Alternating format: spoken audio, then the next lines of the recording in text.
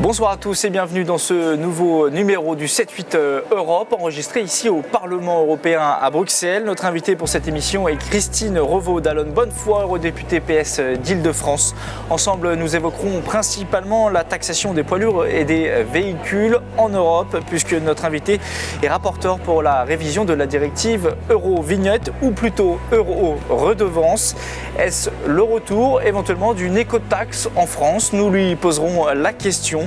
Comme à chaque émission, nous vous présenterons aussi un personnage emblématique de la construction de l'Union européenne. Ce soir, Louise Weiss, qui fut aussi surnommée la grand-mère de l'Europe. Et il sera question également de dépénalisation du cannabis dans cette émission. La question fait un nouveau débat en France. Quels sont les choix faits par nos voisins? Réponse en fin d'émission.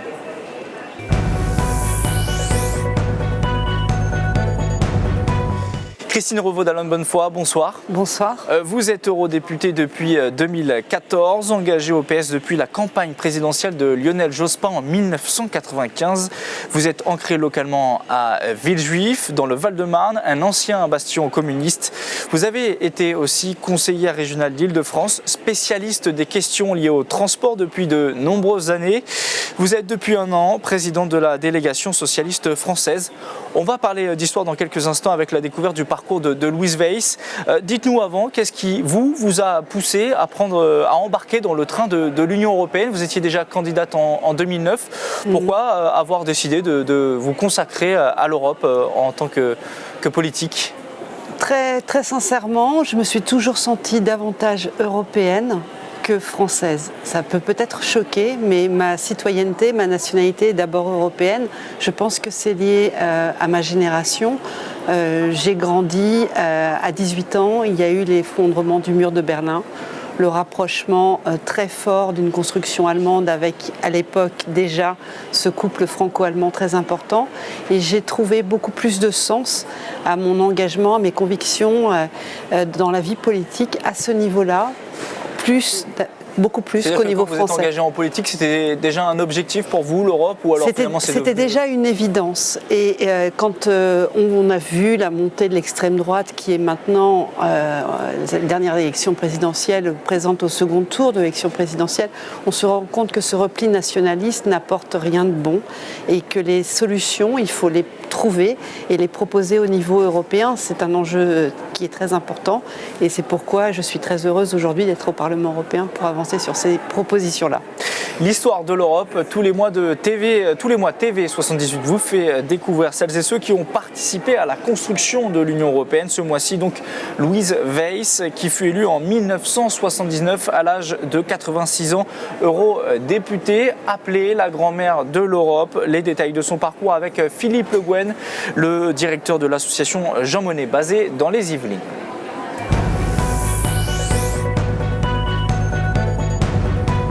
Alors, Louise Weiss, oui, n'est peut-être pas très connue. Bon, elle a vécu 90 ans, donc elle a été, oui, la grand-mère, peut-être parce que ça a été une des premières femmes qui est entrée au Parlement européen un peu avant Simone Veil, et qui a d'ailleurs accueilli Simone Veil en tant que doyenne à l'époque. Je déclare donc ouverte la séance constitutive du Parlement européen. Mais Louise Weiss a été très tôt une militante de la cause de la paix. Elle était aussi féministe, mais ce n'est pas forcément le sujet d'aujourd'hui, mais elle a été militante de la cause de la paix, puisqu'elle avait été infirmière pendant la Première Guerre mondiale, elle avait vu les horreurs de la guerre, et elle a très tôt voulu croire qu'une paix durable serait possible entre les deux guerres. Il n'en a pas été ainsi, puisqu'on sait que Hitler, au même moment, montait en puissance en Allemagne et que les pacifistes français, peut-être à l'époque, d'ailleurs, sous-estimaient ce qui allait réellement se passer. Donc, elle a été marquée ensuite par cela et toute sa vie, elle a continué à vouloir œuvrer pour la paix. Et donc, il était évident que la construction européenne, la première communauté européenne en 1950, elle ne pouvait qu'abonder dans ce sens. Elle a continué son métier de journaliste et par la suite, elle a milité en politique et elle a pu rentrer au Parlement européen. Voilà. Mais elle était déjà âgée, évidemment. Mais je pense que pour elle, c'est une consécration d'être entrée au Parlement européen en ayant eu toute sa vie l'espoir, enfin, qu'on pourrait faire la paix sur le continent et vivre en démocratie, vivre libre. Il me semble, en cet instant, n'avoir jamais traversé le siècle et sillonné le monde que pour venir à votre rencontre. Elle a aujourd'hui un bâtiment au Parlement européen à Strasbourg qui porte son nom. Donc c'est un signe de reconnaissance. Et il y a aussi un prix du journalisme, Louis Weiss, qui est attribué chaque année, un prix européen.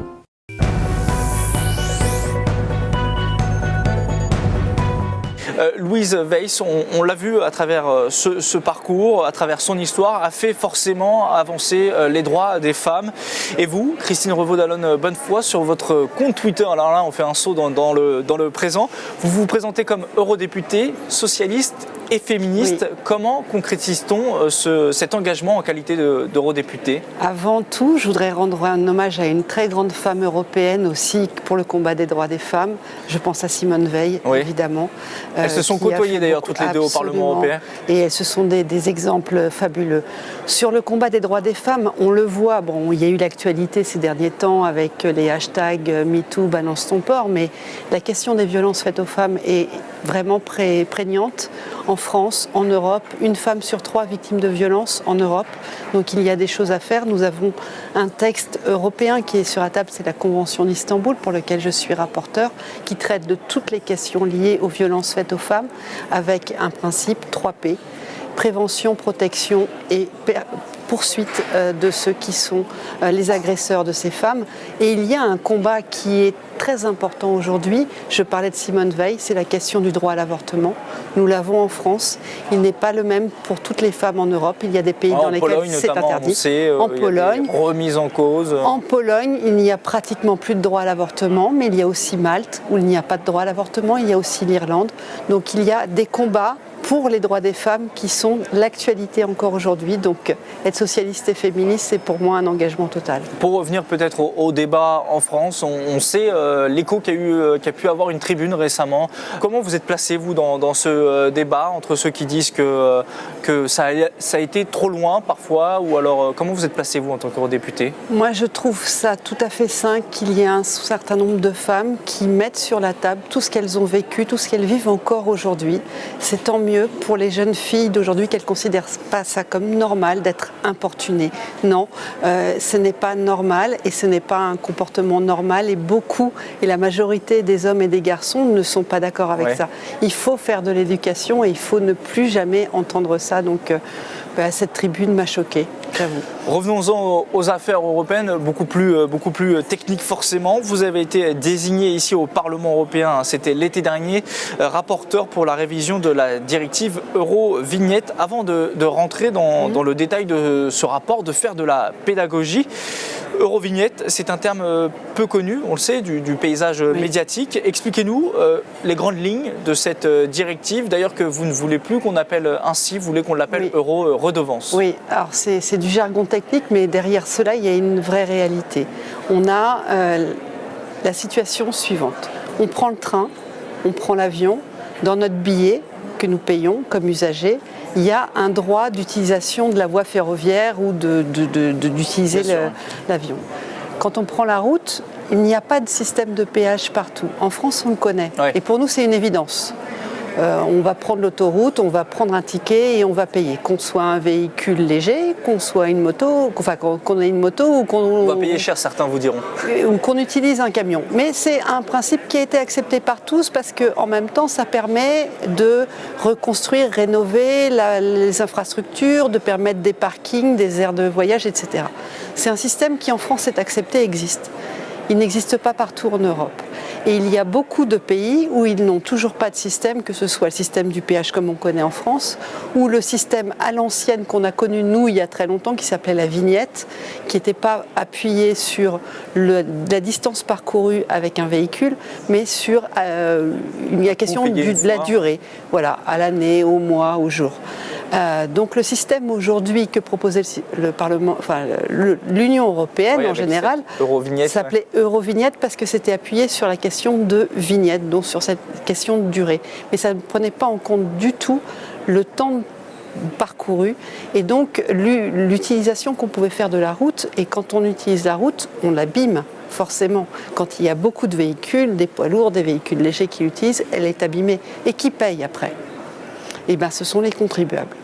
Et là, dans la proposition qui est faite, c'est précisément de faire en sorte que celui qui l'utilise participe à la rénovation. On va parler de votre rapport, mais pour bien comprendre, du coup, cette directive, le but, c'est d'effacer, on va dire, la mauvaise concurrence entre les pays qui n'appliquent aucun paiement, aucune redevance, et puis ceux qui ont un système, on va dire, très compliqué, très difficile avec les péages. C'est de répondre à deux principes qui sont dans le livre blanc des transports, dans tous les transports. Pollueur-payeur, utilisateur-payeur. Il n'y a pas de raison que quand on prend le train ou quand on prend l'avion, on participe, et quand on prend la voiture ou on prend le camion, on ne participe pas. Donc il fallait remettre à plat ça et après trouver le système le plus acceptable possible pour que ce soit le cas partout au sein de l'Union européenne et qu'il n'y ait pas des pays qui l'appliquent et d'autres pays qui ne l'appliquent pas. Aujourd'hui, elle vise seulement les poids lourds de 12 tonnes. Vous proposez d'élargir ce champ-là et de l'appliquer à l'horizon 2026 à tous les usagers, redevance.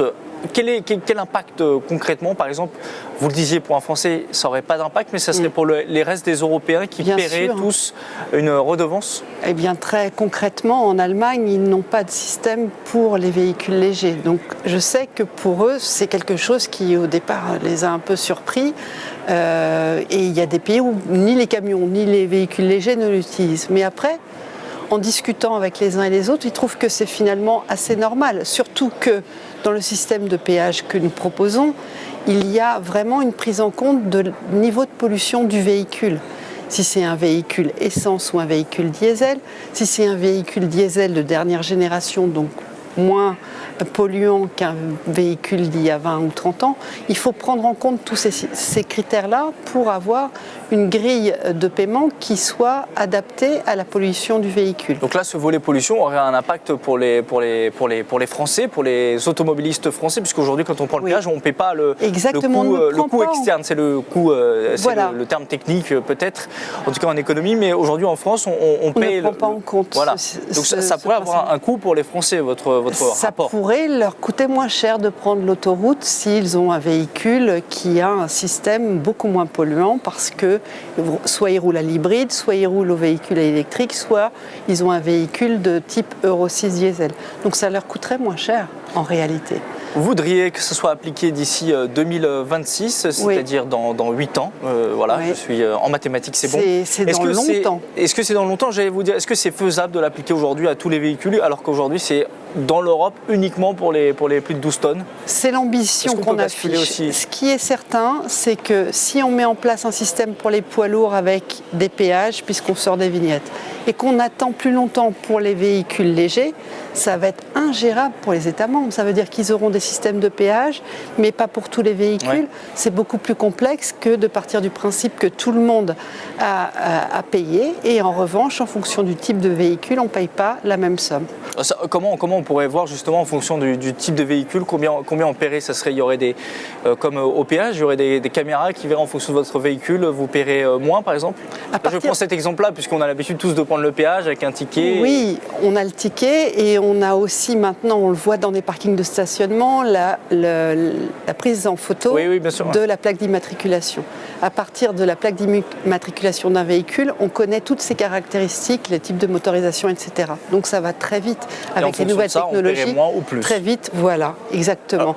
Et il y a aussi des exemptions parce que on dit mais les gens vont payer plus. Ceux qui n'ont pas les moyens, ceux qui ont les véhicules les plus polluants, généralement c'est ceux qui ont moins de moyens. Est-ce que c'est pas discriminatoire pour eux? Généralement, ceux qui ont le moins de moyens et qui ont absolument besoin de leur véhicule, notamment pour se rendre à leur travail, et il n'y a pas d'offre de transport en commun, ce que je propose, ce sont des exemptions qui vont jusqu'à 50% du prix du péage pour tenir compte de la situation, ils se trouvent en périphérie urbaine et ils n'ont pas d'autre choix parce qu'on le sait, et même en Ile-de-France, et vous le savez dans les Yvelines comme Oui, moi, parfois, certains dans le Val-de-Marne, il n'y a pas d'offre de transport en commun, donc il faut quand même aller travailler heureusement et on n'a pas forcément les moyens d'accéder à un nouveau véhicule, même s'il y a quand même des aides qui sont mises en place et qui sont intéressantes. Donc, il y aurait un abattement. Il y aurait une exemption qui va jusqu'à 50%. L'argent qui découlerait, du coup, le surplus d'argent qui découlerait de cette nouvelle redevance liée à la pollution, comment serait déjà récolté l'argent, qui le gérerait et qu'est-ce qu'on en ferait concrètement de cet argent? Est-ce que ça permettrait de financer la recherche, par exemple, pour les véhicules propres? Alors, ce que je propose, c'est que l'argent qui est récolté de toutes les redevances, infrastructure, coûts externes. Pour les utilisateurs, c'est qu'une seule redevance, c'est qu'un seul péage. Il faut qu'elle soit directement orientée vers les transports et que cela soit transparent. C'est-à-dire que quand la personne va prendre son ticket, il y a un panneau qui explique, voilà, vous allez payer, mais ça va permettre de rénover la route, ça va permettre aussi d'améliorer et de participer au financement des transports propres, les transports en commun. Tout ce qui aujourd'hui fait difficulté, et on s'en rend compte, il y a une actualité, c'est le nouveau Grand Paris, où on ne sait pas quand les nouvelles lignes du nouveau Grand Paris seront mises en circulation. Il y a beaucoup de débats dans les idées. Si elles sont mises en circulation et qui financent, ça pourrait participer à cela. Et donc c'est un moyen de faire comprendre et de faire accepter par tous ce paiement. Donc ce serait très simple, ce serait un affichage qui serait proposé. Les questions liées au transport, on l'a vu au moment de la directive des travailleurs détachés, c'est une question sensible en Europe. On a vu des blocs se détacher.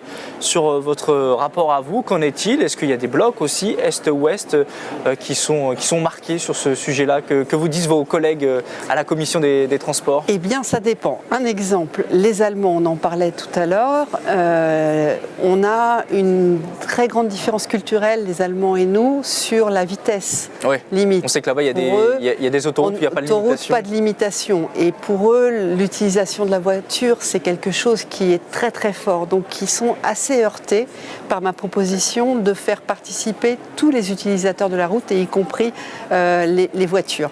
Donc là, j'ai une difficulté. Qu'en revanche, je n'ai pas avec ma collègue roumaine, pour laquelle c'est vrai, sur les questions sociales, nous ne sommes pas toujours d'accord, mais qui là considère cela comme normal. Donc ce ne sera pas forcément Est-Ouest, mais plutôt par rapport à des pratiques et l'amour de la voiture ou pas qu'on peut avoir dans certains pays. L'Allemagne, très clairement, comme l'Autriche, ils aiment les voitures, ils sont souvent en possession d'un véhicule privé et ils sont assez hostiles à cette idée, mais je vais développer tous les arguments possibles pour les convaincre du bien fondé. La ministre des Transports, Elisabeth Borne, dans le cadre de la future loi mobilité, s'est dite favorable à l'instauration de péages urbains en France. On pourrait, comme à Londres par exemple, payer pour rentrer en voiture à Paris, à Marseille, à Lille. Quelle est votre position sur ce débat qui est lancé en France? Est-ce que vous trouvez que ça va dans le bon sens? Puisque là aussi on parle de péage. Oui, mais je tiens à préciser que dans mon rapport, il n'en est pas question, et ce n'est absolument pas le sujet. Et je pense, en tout cas pour vivre en Ile-de-France et pour ne pas être parisienne, je pense que c'est une forme de discrimination vis-à-vis de ceux qui viennent de banlieue au sein de Paris. Donc j'y suis à titre personnel pas forcément favorable. Après, j'ai vu l'exemple de Stockholm qui est assez intéressant et qui est intéressant pourquoi? Parce qu'il a été fait avec beaucoup de discussions, consultations avec les habitants de Stockholm et de la périphérie de Stockholm, et finalement ça a été accepté.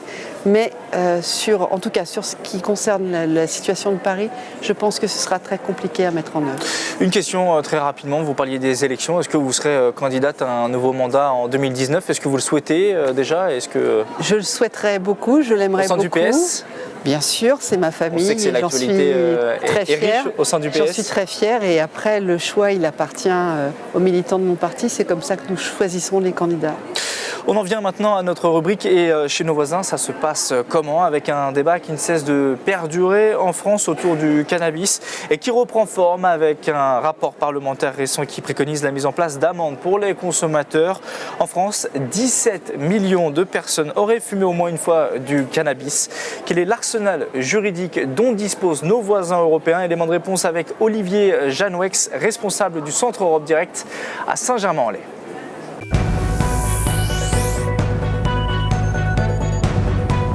Alors, aucun pays de l'Union européenne n'a légalisé le cannabis.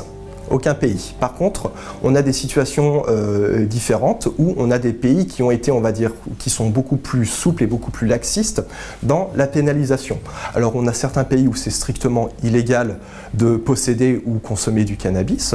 On peut penser notamment à certains pays de l'Est où, en fonction de la quantité que vous avez, par exemple, si vous dépassez 5 grammes ou 7,5 grammes, ça dépend vraiment des pays. Là, vous avez des peines de prison qui peuvent s'appliquer. Par exemple, vous allez en Autriche, si vous possédez sur vous une certaine dose de cannabis, vous risquez jusqu'à 1 an de prison. Si vous allez en Hongrie ou à Chypre, vous pouvez avoir des peines de prison qui sont beaucoup plus lourdes. On a certains pays qui ont maintenu un statut juridique et un statut pénal sur le cannabis qui est assez fort. Par contre, on a des pays qui sont beaucoup plus souples, pas forcément laxistes, ou du moins qui vont pénaliser beaucoup moins. On a par exemple le cas en Espagne ou aux Pays-Bas où la consommation de cannabis, on va dire, dans un cadre privé chez soi n'est pas forcément pénalisée. Pareil, le fait d'avoir une certaine dose, généralement c'est des doses inférieures à 5 grammes sur soi, ça ne va pas provoquer de peine de prison. Par contre, vous aurez juste une simple amende à payer. Alors, un ressortissant européen est obligé de suivre la législation en vigueur dans le pays dans lequel il se trouve. C'est le principe de base. C'est la liberté des uns s'arrête là où commence celle des autres. Donc, quand on va dans un pays, on applique sa législation. Donc, c'est pas un scoop, on a beaucoup de Français qui vont justement aux Pays-Bas afin de profiter du système des coffee shops parce que c'est beaucoup plus toléré par rapport à nous en France. Par contre, s'il revient en France, il applique la législation française. Et sachant que si, quand on part des Pays-Bas et qu'on revient en France, en fonction du trajet qu'il fait, il peut traverser l'Allemagne, il peut traverser la Belgique.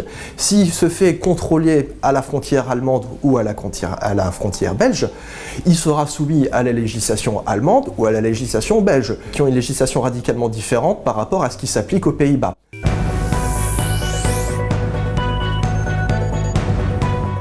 En tant qu'eurodéputé, est-ce que c'est un sujet qui vous intéresse, que vous regardez? Est-ce que vous avez une position là-dessus? On sait que le PS a souvent été en avance sur ces questions-là. Il y a eu beaucoup de débats au sein de votre parti. Vous, est-ce que vous estimez que la France, c'est un peu le débat d'aujourd'hui, va trop loin et trop répressive sur le sujet du cannabis et qu'il faudrait un peu changer de prisme pour lutter contre les drogues en France? Mais je pense qu'il faudrait vraiment changer de prisme par rapport au cannabis, pas par rapport aux drogues d'une façon générale, mais sur la question du cannabis.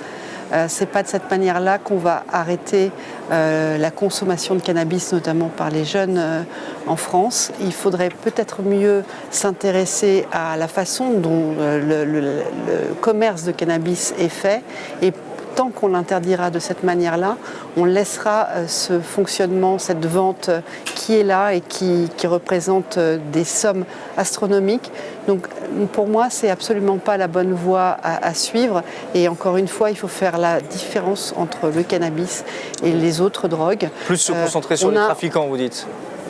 Mais c'est même au-delà de ça, il faut regarder le consommateur et effectivement celui qui va en faire le commerce. Mais il en fait le commerce pourquoi? Précisément parce que c'est interdit. Donc la question, il faut la poser autrement et il faut peut-être regarder le cannabis et se poser la question par rapport à l'alcool. On a un regard très différencié, mais comme on est français, voilà, c'est ça, ouais. Et il n'empêche qu'il y a des vertus thérapeutiques au cannabis. Je ne suis pas en train de dire fumez tous du cannabis, mais simplement on a une vision qui est peut-être pas tout à fait, qui est toujours très simpliste, de dire on va interdire, on va faire la répression. On ne réglera pas le problème comme ça. Donc il faudrait l'aborder d'une façon beaucoup plus globale. Dernier module de cette émission, la question d'un élu local qui vous interpelle en tant qu'eurodéputé sur la problématique de son choix. Je vous propose de l'écouter en cliquant. Regardez. Bonsoir Madame la députée, je suis Grégory Garestier, maire de Maurepas et vice-président de l'agglomération de Saint-Quentin-en-Yvelines. Et j'ai une question très simple, c'est comment l'Europe peut-elle aider les collectivités dans une période de baisse des dotations de l'État à réussir auprès de leurs habitants? Je vous remercie. C'est un sujet forcément que vous connaissez bien en tant qu'élu local, en tout cas vous l'avez été, notamment à la région. Il y a beaucoup de collectivités qui s'inquiètent de la baisse de leur dotation et ce depuis de nombreuses années. Que peut faire l'Europe? Est-ce que vous pouvez aider financièrement les collectivités locales, les mairies notamment? Alors déjà, vous n'êtes pas sans savoir que l'Union européenne, le budget de l'Union européenne aujourd'hui, puisqu'il n'a toujours pas de ressources propres, malheureusement, vient de la contribution des États membres. Et que les États membres, et la France en particulier, est en train de revoir à la baisse son niveau de contribution, dont les contributions vers les politiques de cohésion et donc tout ce que l'Union européenne fait en tant que financement auprès des collectivités locales, parce qu'elle le fait sur la base de projets. Ça passe évidemment par les régions, mais il y a beaucoup de financements européens qui sont en direction des collectivités locales. Sauf qu'aujourd'hui, si vous regardez le budget qui est apporté par la France en direction de l'Union européenne et qui ensuite repart vers l'ensemble des collectivités européennes, y compris françaises, est en baisse, puisque la priorité est affichée en direction de la défense et la sécurité. Donc vous dénoncez ça? Vous dites... Je ne dénonce pas le fait que la défense et la sécurité soient la priorité. Ce que je dénonce, c'est que ce soit fait à budget constant, et donc ça veut dire au détriment des politiques de cohésion, y compris les politiques en faveur des collectivités locales. Donc je comprends très bien cette colère, on vit la même chose, et c'est une réelle injustice, et donc il faut rappeler que quand on considère que l'Europe est une priorité, il y a les actes, les discours, et si les actes pouvaient être cohérents avec les discours qui ont été prononcés avant, c'est mieux. Merci Christine Revaud d'Allonne Bonnefoy d'avoir participé à ce 7-8 Europe. Je rappelle que vous êtes eurodéputée socialiste d'Île-de-France, présidente de la délégation socialiste française ici au Parlement européen. Vous pouvez retrouver cette émission en replay sur notre site internet et la commenter sur nos réseaux sociaux TV78. La semaine prochaine, vous retrouverez le 7-8 politique.